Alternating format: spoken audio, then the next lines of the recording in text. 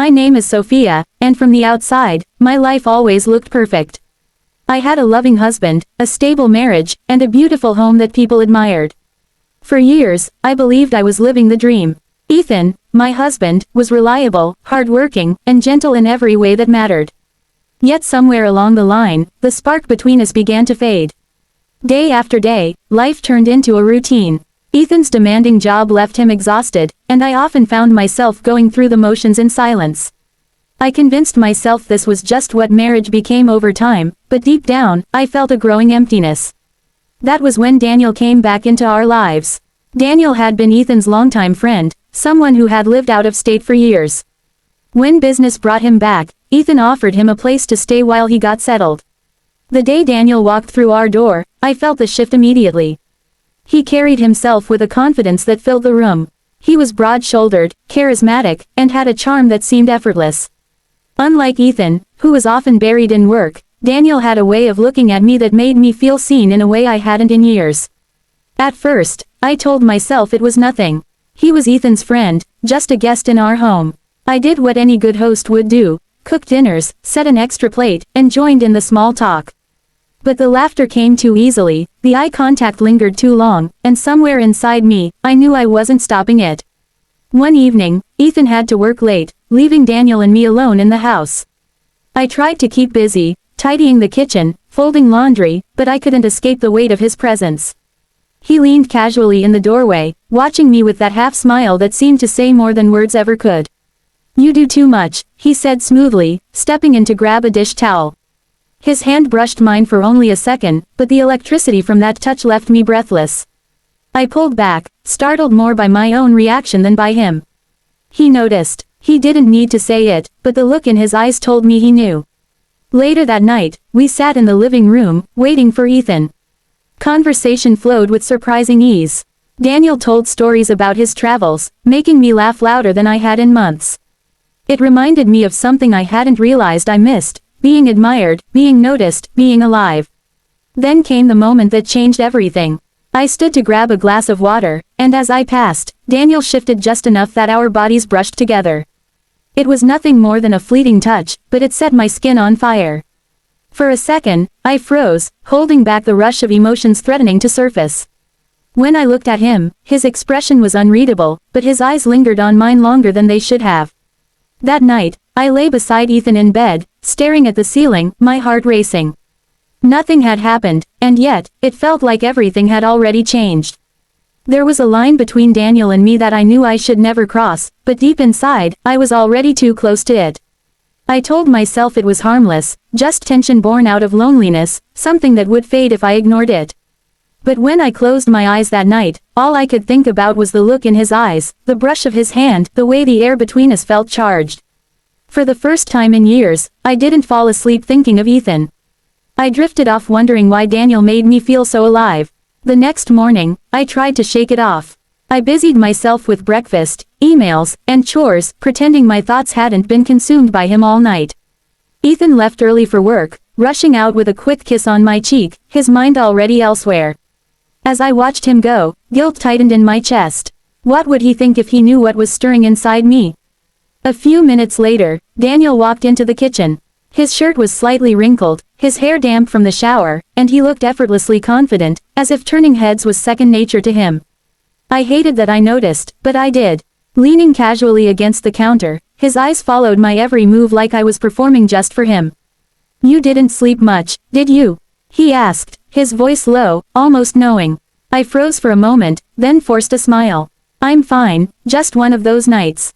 But his gaze didn't waver. It lingered, sharp and steady, as if he could see the truth I was desperately trying to hide. To break the tension, I handed him a cup of coffee, just so I had something to do with my hands. The day unfolded in fragments. Daniel offered to help around the house, and at first, I politely declined. But he didn't take no for an answer. He fixed a leaky faucet, carried groceries inside, and filled in the spaces Ethan was always too busy to notice. Each act should have been ordinary, yet the way he did them, with ease, with confidence, with a grin that dared me to look away, made the air between us feel heavier. By evening, Ethan was preparing for an overnight business trip. He kissed me goodbye quickly, thanked Daniel for keeping an eye on the house, and left in a rush. Before I could even process it, I realized I was about to spend the night alone with Daniel. I told myself I would keep my distance that night. After dinner, I busied myself with dishes and cleaning, planning to retreat early to bed. But Daniel lingered at the dining table, pouring himself another glass of wine, his eyes following me with an intensity that made it impossible to ignore. "Sit for a while," he said softly. "No need to rush, it's just the two of us tonight." The words carried more weight than they should have, and against my better judgment, I sat down across from him. I told myself it was harmless, just company, just conversation, but conversation has a way of breaking down walls. At first, it was lighthearted. He told stories about his travels, shared memories of his younger days with Ethan, and I laughed more than I had in months. But then his questions shifted. He asked about me, what I loved, what I missed, what I dreamed about. Ethan hadn't asked me those things in years, and the simple act of being seen so clearly left me raw. "You're not what I expected," Daniel said finally, his eyes holding mine in a way that made it impossible to look away. "What did you expect?" I asked, my voice barely above a whisper. "Someone quieter, smaller," he murmured. His gaze dipped briefly to my lips before returning to my eyes. "But you're more alive than you let on." Heat flooded my chest as I bit my lip unconsciously. The room felt too small, the silence between us too charged. I should have laughed it off, excused myself, anything to break the spell. Instead, I stayed frozen, caught in the gravity of his presence. Then, slowly, he reached across the table, his fingers brushing against mine.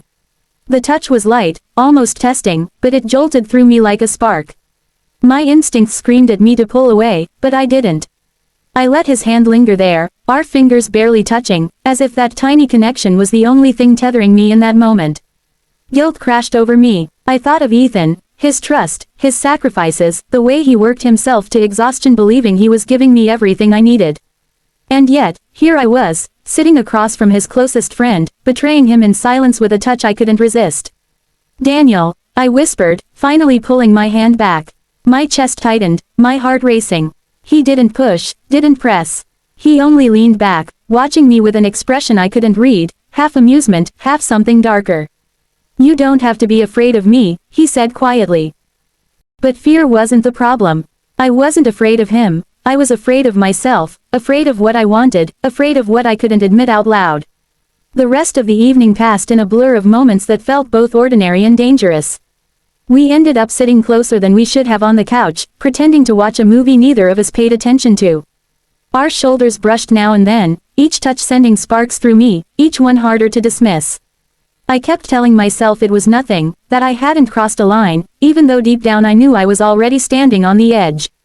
When I finally excused myself for bed, my voice trembled with restraint. I shut the bedroom door behind me and leaned against it, my heart pounding, my body still humming with the tension of what almost happened. I had held the line for now, but lying in bed, staring at the ceiling, I couldn't escape the truth pressing down on me. I hadn't really pushed him away. And the thought of how close I had come terrified me, and thrilled me all at once. The house felt too quiet the next evening.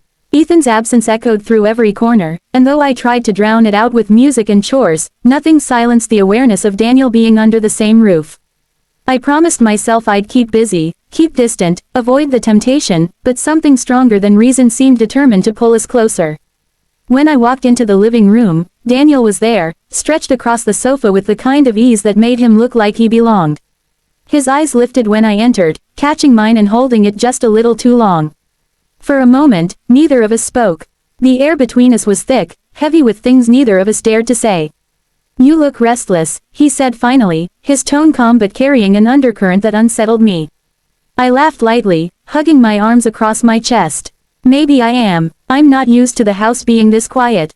He shifted, patting the cushion beside him. "Then don't sit alone." It should have been an innocent invitation, but the way his eyes lingered on me turned it into something else entirely. My feet hesitated, but my body betrayed me, moving forward despite the protests in my mind.